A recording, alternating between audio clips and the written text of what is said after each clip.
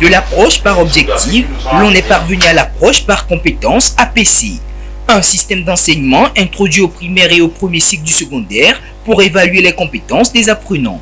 Dans ce système, c'est la pédagogie qui est au centre de tout. C'est une innovation du ministère en charge du secteur éducatif pour assurer une éducation de qualité. Elle porte déjà ses fruits après 5 années de sa mise en œuvre. Une innovation ne vient qu'améliorer ce qui se faisait. Quand on parle d'approche par compétence, c'est l'ajout des objectifs de PPO, de l'approche par objectif. C'est la continuité et plus faire en sorte que au-delà des objectifs, aller plus loin pour donner un sens à ce qu'on fait. Il y a eu des avancées parce que aujourd'hui, l'enfant même dans les apprentissages, ce n'est plus la même chose comme auparavant. Quand vous voyez même les items, hier on disait le langage. Qu'est-ce que ça veut dire le langage? On dit dicter.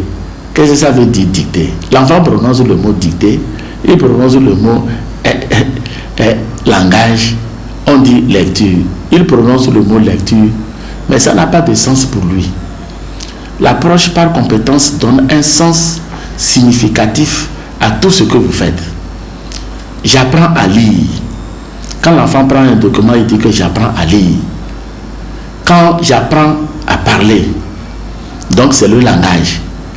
Aujourd'hui, quand vous allez dans nos écoles, un enfant s'exprime avec un sens. On ne lit pas pour lire, on lit pour comprendre. Avec l'approche par compétences, des formations sont initiées périodiquement au profit des enseignants pour renforcer leurs capacités. De même, des manuels scolaires et programmes sont revus et actualisés. De l'entamer au secondaire 2 avec les secondes. Et les secondes, cette année, vont faire la philosophie. Et les arts vont faire, en dehors de la philosophie, on va s'ajouter. Et la SVT pour les arts, en seconde. On a revu les coefficients, on a revu les horaires, dont beaucoup de choses ont été faites. Maintenant, 3e et 4e, maths et physique, c'est plus coefficient 2, mais c'est coefficient 3, physique coefficient 4. Parce que l'objectif c'est équilibrer les disciplines littéraires et les disciplines scientifiques à ces deux niveaux-là. Et nous croyons que par cette démarche même, ça va permettre de rehausser le niveau de nos élèves.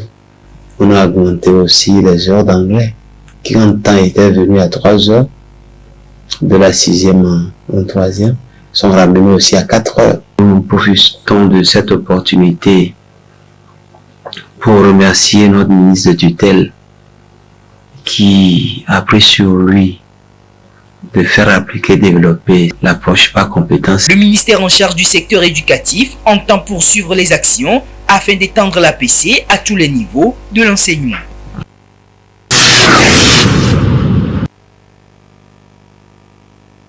L'inadéquation formation-emploi, un défi et une préoccupation majeure pour la jeunesse africaine, surtout francophone, et leurs dirigeants.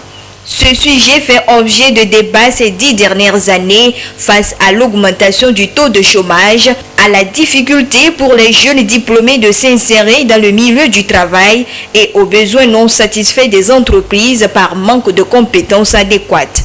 Pendant longtemps, l'université est restée dans son rôle régalien de former pour former. Aujourd'hui, avec l'évolution du monde et les différentes mutations que nous observons dans le monde, le marché de l'emploi du travail est devenu de plus en plus exigeant. Aujourd'hui, nos universités ne forment plus forcément des personnes qui sont en adéquation avec le monde réel du travail.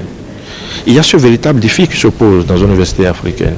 Et justement, c'est pourquoi l'AUF entend accompagner justement les universités à mieux se mettre au pas.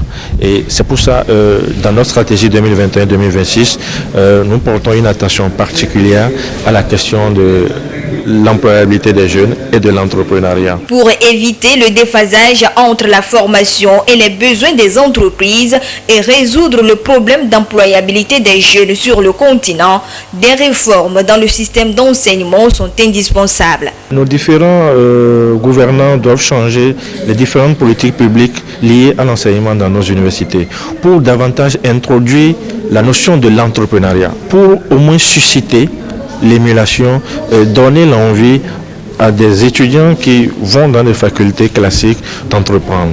Et entreprendre, c'est se former, c'est avoir aussi des idées, parce qu'on peut avoir une idée et ne pas savoir comment le mettre en place. Donc, moi je pense que si on va vers une introduction progressive de l'entrepreneuriat comme cours dans les différentes disciplines dans nos universités, cela pourra apporter un plus dans le changement que nous voulons. Aujourd'hui, l'État ne peut plus embaucher tout ce que l'université déverse. Nous devons amener nos étudiants à s'auto-employer.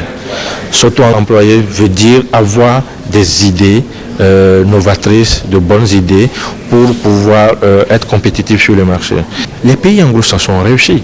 Il est donc nécessaire de soutenir et de promouvoir le secteur privé.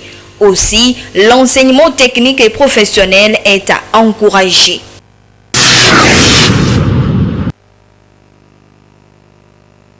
Des chaises et tables bancs pour le préscolaire, des cartes et brochures pour le primaire.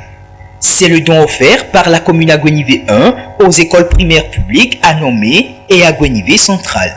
L'objectif pour le conseil municipal est d'apporter sa contribution pour une éducation de qualité. La rentrée est arrivée, il est important que la mairie fasse une visite dans les écoles pour voir les problèmes qui se posent et voir qu'est-ce qu'on peut faire pour améliorer la situation. Les chaises et les petites tables, c'est un besoin très important. Certains enfants qui sont à 2 ou à 3 sur un banc, donc on va comme ça progressivement faire en sorte que chaque enfant ait droit à sa table et à son banc. Les bénéficiaires ont apprécié ce geste de la commune Agouenivé 1 et comptent faire bon usage. Ce sont des sentiments de joie.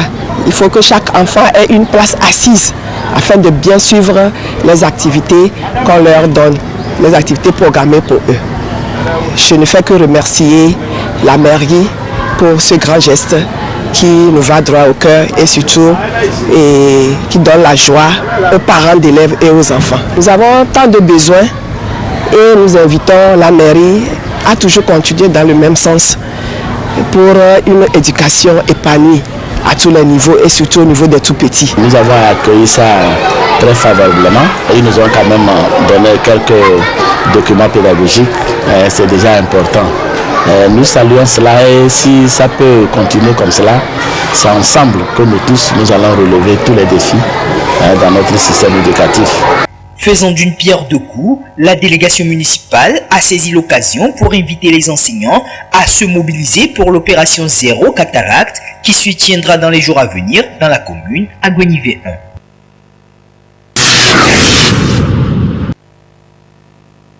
Un nouvel oiseau dans le nid des clubs de football de la Cara. Il s'agit de Kpou FC d'Awandelo dans la Cousa 3. Le nouveau club a été porté sur les fonds baptismaux à l'issue d'une assemblée générale constitutive tenue le samedi 1er octobre dernier en présence d'autorités traditionnelles et locales.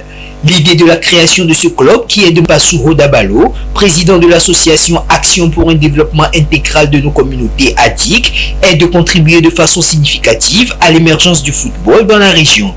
Une manière pour l'ADIC de promouvoir les jeunes talents. Nous avons décidé d'apporter ici dans la commune Cousa 3 notre expertise pour la création d'un club de football. Ça permettra d'appuyer les grands clubs de la région qui aujourd'hui font des gros efforts. Et donc nous aspirons à être une pépinière qui va venir faire de la détection, permettre dans les petits recoins de trouver les jeunes joueurs qui sont bons et les mettre en valeur pour qu'ils puissent servir aussi bien la région que la nation et pourquoi pas au-delà des frontières. C'est la première fois que nous nous retrouvons pour officiellement lancer l'existence du club. Donc tout ce que nous allons faire, la démarche et le plan d'action vous seront soumis incessamment. Pour les autorités locales de la commune Cousa 3, la mise sur pied de ce club vient répondre à l'un des objectifs prioritaires inscrits dans le plan de développement communal. La commune a déjà, dans son plan de développement communal, inscrit en grande ligne un programme qui se veut accompagner la naissance et l'évolution des sports dans nos communes. Et la naissance donc de ce club-là vient donc répondre à un des objectifs premiers de notre PDC, qui est un plan qui nous amène à loger nos actions et nos programmes pour que la commune puisse aller de l'avant. Pour conduire les activités du nouveau club Bow FC, qui signifie Panthère FC, un bureau provisoire de 4 membres, dont une femme, a été mis en place, ceci pour un mandat de 3 ans.